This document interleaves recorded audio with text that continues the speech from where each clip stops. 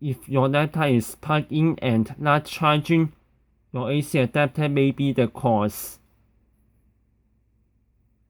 Sometimes checking them with a multimeter will not tell the difference between a good and a bad one because the output voltage of the bad one may be sometimes similar to the output voltage of the good one.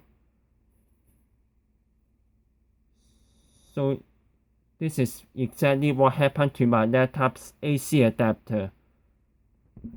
So here is the bad AC adapter that is currently connected to my laptop.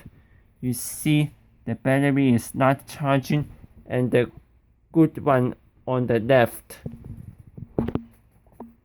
If I try to check the bad one with my multimeter,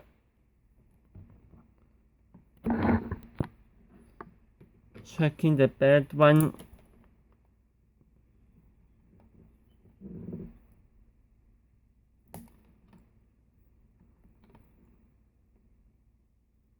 you get 19.5 volts.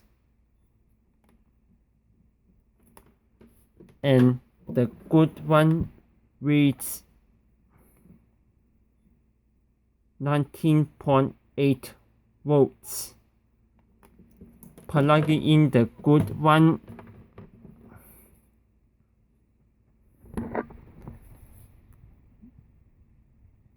laptop begins to charge. Anyway, this rule applies to other electronics too.